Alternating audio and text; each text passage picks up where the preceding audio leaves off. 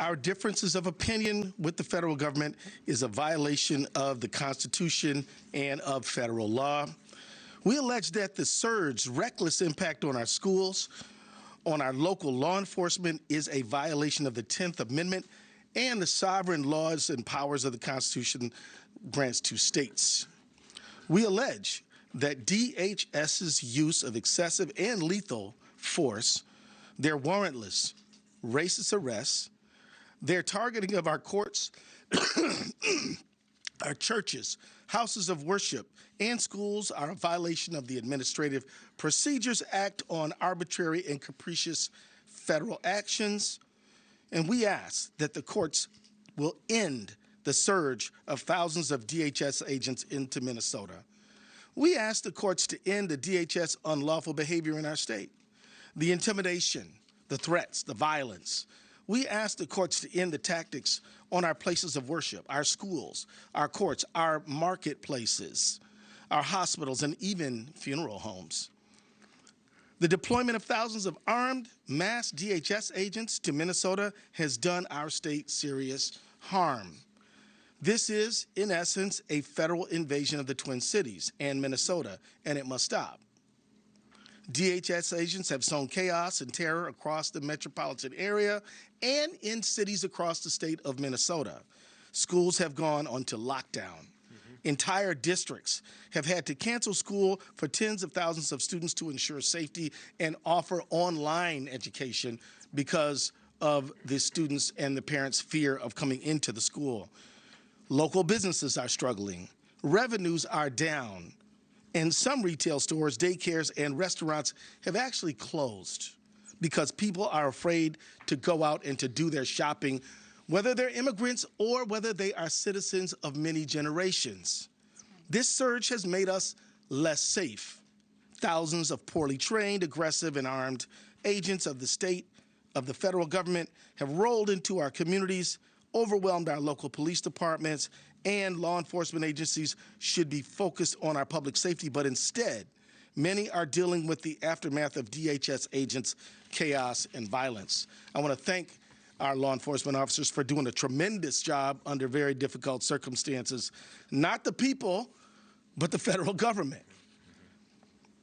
Minneapolis police have had to respond to more than 20 ICE-related incidents, like witnesses seeking people being pulled into unmarked vehicles by men en masse, or ICE abandoning vehicles on the street with people detained inside. This is an unlawful commandeering of police resources. In just 2 days, responding to the chaos ICE has cost the city $2 billion in law enforcement and overtime expenses. 2 days. And I wish I could stop there, but I can't, because these poorly trained, aggressive, and armed agents of the federal state have terrorized Minnesota with widespread unlawful conduct. They're making unconstitutional arrests and using excessive force. DHS agents have barged into restaurants asking to access secure areas, and when asked to present a warrant, which is required by law, they respond, "We don't need one." DHS agents have arrested peaceful bystanders. They have fired chemical irritants at people obeying lawful orders while exercising their First Amendment rights. They have even done so at some of our most sensitive places, like Roosevelt High School here in Minneapolis. They have detained law-abiding citizens, leaving them handcuffed for hours just because of the color of their skin, or what they're wearing, or they speak English with an accent. And on January 7th, 2026, a DHS agent shot and killed Renee Nicole Good, leaving her children without a mother and her 6-year-old son without either parent. This has to stop. So let's be clear, it never should have started. These agents have no good reason to be here. Minnesota's non-citizen immigrant population is just 1.5%, which is half the national average. Our state's percentage is lower than Utah, Texas, and Florida's, but none of those states have thousands of federal agents swarming their streets or harming their people.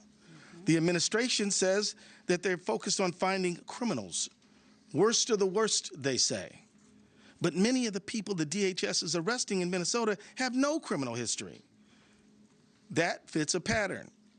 In 2025, 93% of the people arrested by ICE had no violent criminal history, 65% had no criminal convictions at all, and randomly stopping people in the street because their skin color isn't the one that they expect or want isn't doing a thing to help public safety. I've heard the administration talk about fraud. No, not the 43 fraud convictions the president has or the $43 million fraudsters the president has pardoned, but instead saying that ICE is here to look for fraud somehow. You know, we work with federal government all the time, and if the federal government wants to help us with forensic accountants, we're open to that conversation. But these ICE agents who are engaged in the behavior that they're engaged in are not helping public safety at all. Immigration enforcement agents aren't trained to investigate fraud, and randomly stopping people in the street because you don't like their accent isn't going to stop fraud. So enforcing federal immigration law and fighting fraud are just pretexts for this surge. The real reason, it's no secret. Donald Trump and his administration have been targeting people, cities, and states that don't agree with them politically. He singled out Minnesota countless times. He's called us corrupt and crooked. He's attacked our funding to the tune of billions of dollars, which we are challenging. And we fought back, of course. He's attacked programs that Minnesotans rely on and tried to shut them down and pay taxes for. And he's attacked Minnesotans with despicable, racist, xenophobic language. The truth is, Donald Trump doesn't seem to like our state very much. But what's that about? He doesn't like our best in the nation, safe and secure elections, and sometimes he doesn't like who we choose in them. Just last week, Trump claimed that he won Minnesota 3 times, when in fact, he's never won Minnesota. He doesn't like how we take care of each other or how we make sure our kids have enough to eat. He doesn't like the strength that immigrant communities bring to our state. And he doesn't seem to like that we protect our neighbors no matter where they were born.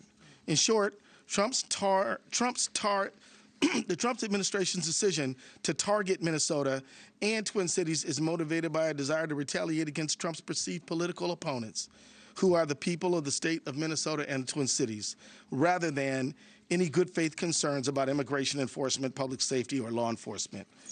In conclusion, I didn't have the pleasure and the benefit of knowing Renee Nicole Good, but her friends and family knew her as someone who was kind, someone who loved her family deeply, and someone willing to stand up for her neighbors. That sounds like the Minnesota that I know. That's right. The administration wants to paint false political narratives about us, but we know who we are and we know our rights. The Constitution gives Minnesota the sovereign authority to protect health and well-being of every single person who lives on our borders. The Constitution gives us the right to vote for who we want, pray however we want, and be whoever we want, without fear of being racially profiled, assaulted, or killed in our own communities. We're going to defend those rights because as much as they like to believe it, DHS is not above the law. That's right. And the people of Minnesota are certainly not beneath it. Let me now bring forward my mayor, the mayor where I go home at night and is doing a wonderful job protecting our city, Mayor Jacob Frey.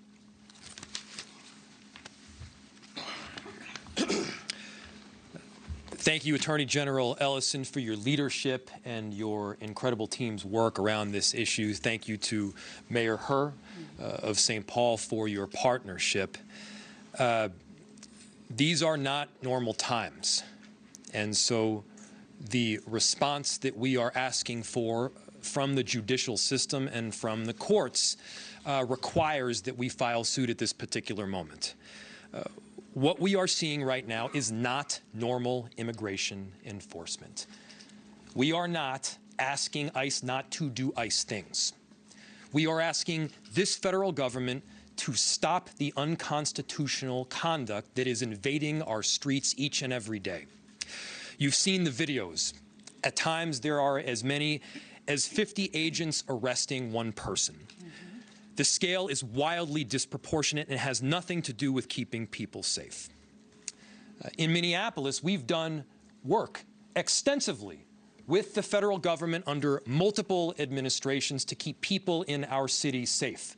We have worked with the DEA, the ATF, the FBI, the Attorney General's office, as well as the U.S. Attorney's office, to successfully drive down crime in our city.